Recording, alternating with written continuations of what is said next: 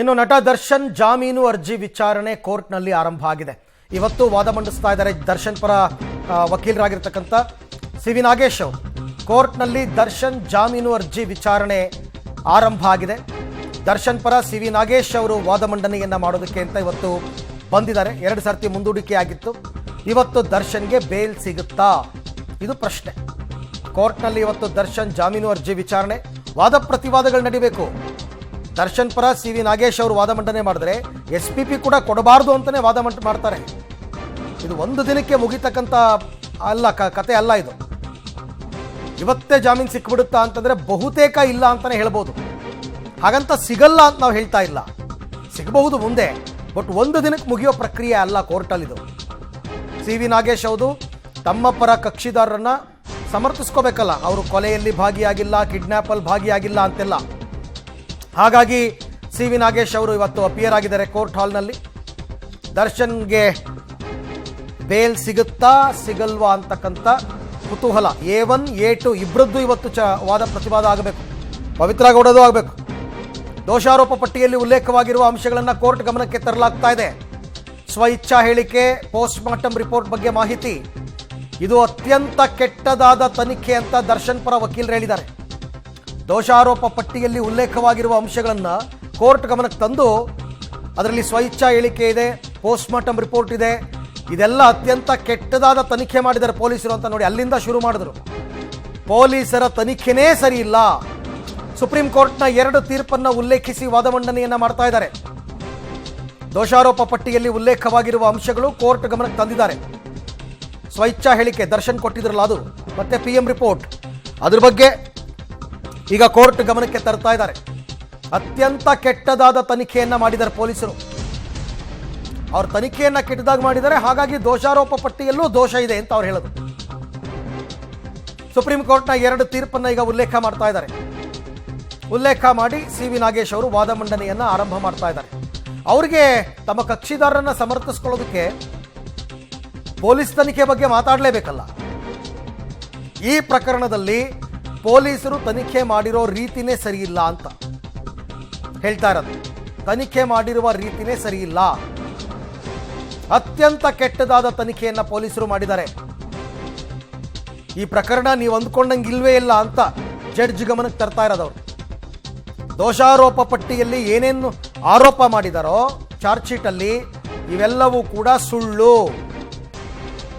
ಅಲ್ಲ, ಇವ್ರ ವಾದ ಇವ್ರಿಗೆ, ಅವ್ರ ವಾದ ಅವ್ರಿಗೆ, ಅವರೆಲ್ಲ ನಿಜ ಅಂತ ಪ್ರೂವ್ ಮಾಡೋದಕ್ಕೆ ಸಾಕ್ಷಿಗಳನ್ನ ತಗೊಂಡಿದ್ದಾರೆ. ಹಾಗಾಗಿ ತುಂಬ ಈ ಕ್ರಿಮಿನಲ್ ಕೇಸ್ಗಳಲ್ಲಿ ನಡೀತಕ್ಕಂಥ ವಾದ ಪ್ರತಿವಾದಗಳು ಸಾಕ್ಷಿಗಳ ಮೇಲೆ ನಿಂತಿರುತ್ತೆ. ಯಾವತ್ತೂ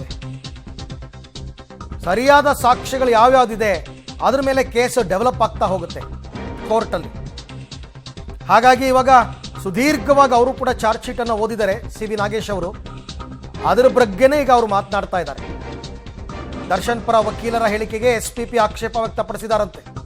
ಸ್ಪೆಷಲ್ ಪಬ್ಲಿಕ್ ಪ್ರಾಸಿಕ್ಯೂಟರ್ ದರ್ಶನ್ ಪರ ವಕೀಲರು ಪ್ರಸ್ತಾಪಿಸಿರ್ತಕ್ಕಂಥ ಅಂಶಗಳು, ಚಾರ್ಜ್ ಶೀಟ್ನಲ್ಲಿನ ಅಂಶಗಳು ಎಲ್ಲವನ್ನ ಕೋರ್ಟ್ ಗಮನಕ್ಕೆ ತರಲಾಗಿದೆ.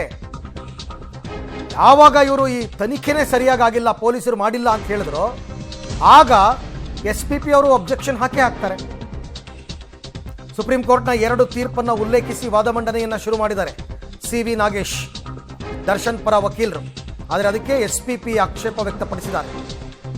ದರ್ಶನ್ ಪರ ವಕೀಲರು ಪ್ರಸ್ತಾಪಿಸಿದ ತೀರ್ಪಿನ ಪ್ರತಿಯನ್ನು SPP ಕೇಳಿದ್ದಾರೆ. ಈ ವೇಳೆ ನಾನು ನಿಮಗೆ ಪ್ರತಿ ಕೊಡಲ್ಲ ಅಂತ ಸಿ.ವಿ. ನಾಗೇಶ್ ಹೇಳಿದ್ದಾರೆ. ಕೋರ್ಟ್ ಗಮನಕ್ಕೆ ತರ್ತೀನಿ, ನಿಮಗೆ ಯಾಕೆ ಕೊಡ್ಬೇಕು, ನಾನು ಕೊಡಲ್ಲ ಅಂತ. ಇವ್ರು ಯಾವುದೋ ಸುಪ್ರೀಂ ಕೋರ್ಟ್ನ 2 ತೀರ್ಪು ಉಲ್ಲೇಖಿಸಿದ್ರಲ್ಲ, ಆ ಆರ್ಡರ್ ಕಾಪಿ ಕೊಡಿ ಸರ್ ಅಂತ ಕೇಳಿರೋದು SPP. ಅದಕ್ಕೆ ನಿಮಗೆ ಯಾಕೆ ಕೊಡಬೇಕು, ಕೊಡಲ್ಲ, ನಾನು ಅದನ್ನು ಕೋರ್ಟ್ ಗಮನಕ್ಕೆ ತರ್ತೀನಿ ಅಂತ ಕೋರ್ಟ್ ಗಮನಕ್ಕೆ ತಂದಿದ್ದಾರೆ. ದರ್ಶನ್ ಪರ ವಕೀಲರ ಹೇಳಿಕೆಗೆ SPP ಆಕ್ಷೇಪವನ್ನು ವ್ಯಕ್ತಪಡಿಸ್ತಾ ಇದ್ದಾರೆ.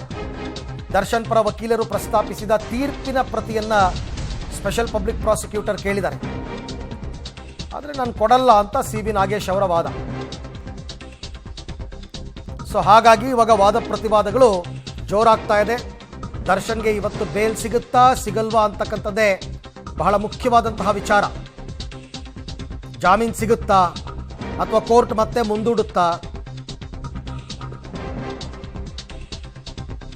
ಈ ಎಲ್ಲ ವಿಚಾರಕ್ಕೆ ಸಂಬಂಧಪಟ್ಟಂತೆ ಮತ್ತಷ್ಟು ಮಾಹಿತಿ ನನ್ನ ಕೊಲೀಗ್ ನರಸಿಂಹಮೂರ್ತಿ ಅವರಿಂದ ಪಡ್ಕೊಳ್ಳೋಣ. ಎಸ್ ಮೂರ್ತಿ, ಎಷ್ಟು ಗಂಟೆಗೆ ವಾದ ಪ್ರತಿವಾದಗಳ ಆರಂಭ ಆಯಿತು?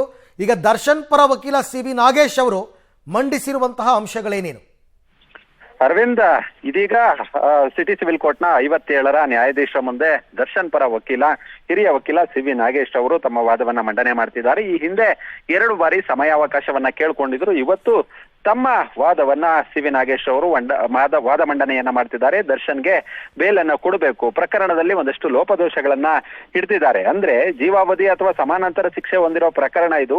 ಇದನ್ನ ವಿರೋಧಿಸೋದು ಬಾಕಿ ಇದೆ ಅನ್ನೋ ನಿಟ್ಟಿನಲ್ಲಿ SPP ಕೋರ್ಟ್ನ ಗಮನಕ್ಕೆ ತಂದಂತಹ ಸಂದರ್ಭದಲ್ಲಿ ಹಲವಾರು ಬೇರೆ ಬೇರೆ ಕೋರ್ಟ್ಗಳ ತೀರ್ಪುಗಳನ್ನ ಸಹ ಉಲ್ಲೇಖವನ್ನ ಮಾಡಿದ್ದಾರೆ. ಈಗಾಗಲೇ ಮಾಧ್ಯಮಗಳಲ್ಲಿ ಟ್ರಯಲ್ ಮುಗ್ದೋಗಿದೆ ಅನ್ನೋ ನಿಟ್ಟಿನಲ್ಲೂ ಸಹ ಸಿ.ವಿ. ನಾಗೇಶ್ ಅವರು ಕೋರ್ಟ್ನ ಗಮನಕ್ಕೆ ತರುವ ಕೆಲಸವನ್ನ ಮಾಡ್ತಿದ್ದಾರೆ. ಅಂದ್ರೆ ಪ್ರತಿ ಸಂದರ್ಭದಲ್ಲಿ ಯಾಕೆ ಈ ರೀತಿಯಾದಂತಹ ಒಂದು ಘಟನೆ ಆಯಿತು? ದರ್ಶನ್ ಕಿಡ್ನಾಪ್ ಅನ್ನ ಮಾಡೋದಕ್ಕೆ ಹೇಳಿರ್ಲಿಲ್ಲ ಪ್ರಕರಣದಲ್ಲಿ. ಕಾರಣ ದರ್ಶನ್ಗೆ ಗೊತ್ತೇ ಇಲ್ಲ ಕರ್ಕೊಂಡು ಬಂದಿರೋದು, ಅಥವಾ ಇವರು ಉದ್ದೇಶಪೂರ್ವಕವಾಗಿ ಆತನ ಮೇಲೆ ಹಲ್ಲೆಯನ್ನು ಕೂಡ ನಡೆಸಿಲ್ಲ, ಈತನನ್ನ ಕಳಿಸಿ ಅನ್ನೋ ಮಟ್ಟಿಗೆ ಹೇಳಿದ್ದಾರೆ. ಅದಾದ ಬಳಿಕ ಜೊತೆಲಿದ್ದಂತವರ ಕೃತ್ಯದಿಂದ ಆತ ಸಾವನ್ನಪ್ಪಿದ್ದಾನೆ. ಅಷ್ಟೇ ಕಾರಣವನ್ನ ಒಡ್ಡಿ ದರ್ಶನ್ ಮೇಲೆ ಈ ರೀತಿಯಾದಂತಹ ಕೊಲೆ ಆರೋಪವನ್ನ ಮಾಡಿದ್ದಾರೆ ಅನ್ನೋ ಮಟ್ಟಿಗೆ ಇದೀಗ ಸಿ.ವಿ. ನಾಗೇಶ್ ಅವರು ಕೋರ್ಟ್ ಅಲ್ಲಿ ವಾದ ಮಂಡನೆಯನ್ನ ಮಾಡ್ತಿದ್ದಾರೆ. ಬಹುಶಃ ಇದು ಇನ್ನೊಂದಷ್ಟು ಸಮಯವನ್ನ ಹಿಡಿಯಬಹುದು. ನಾಗೇಶ್ ಅವರು ಸುದೀರ್ಘವಾಗಿ ವಾದ ಮಂಡನೆಯನ್ನ ಮಾಡ್ತಿದ್ದಾರೆ. ಓಕೆ, ಹಾಗೆ ಸಂಪರ್ಕದಲ್ಲಿರಿ ಮೂರ್ತಿ, ನಿಮ್ಮ ಜೊತೆ ಮತ್ತೆ ನಾನು ಮಾತನಾಡ್ತೀನಿ. ಸೊ ಇವತ್ತು ಹೆಚ್ಚು ಕಡಿಮೆ ಇಡೀ ದಿನ ಸಿ.ವಿ. ನಾಗೇಶ್ ಅವರದೇ ವಾದ ಮಂಡನೆ ಆಗಬಹುದು.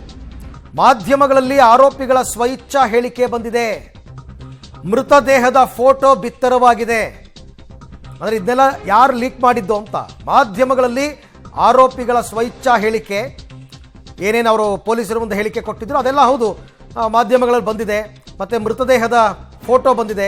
ರೇಣುಕಾಸ್ವಾಮಿ ಮುಖವನ್ನ ಶ್ವಾನ ತಿಂದಿದೆ ಅಂತ ವೈದ್ಯರು ಹೇಳಿದ್ದಾರೆ. ನೋಡಿ, ಎಲ್ಲ ಅಂಶಗಳನ್ನ ನೋಡಿ, ಇದೆಲ್ಲ ಹೇಗೆ ವೈರಲ್ ಆಯಿತು? ಆದರೆ ಮುಖವನ್ನ ಶ್ವಾನ ತಿಂದಿದೆ, ಅದು ಹೊಡೆತದಿಂದ ಆಗಿರುವಂತಹ ಗಾಯ ಅಲ್ಲ. ಸೊ ಹಾಗಾಗಿ ಈ ವಿಚಾರವನ್ನು ಕೂಡ ಕೋರ್ಟ್ ಗಮನಕ್ಕೆ ಸಿ.ವಿ. ನಾಗೇಶ್ ತರುವಂತಹ ಪ್ರಯತ್ನವನ್ನ ಮಾಡಿದ್ದಾರೆ.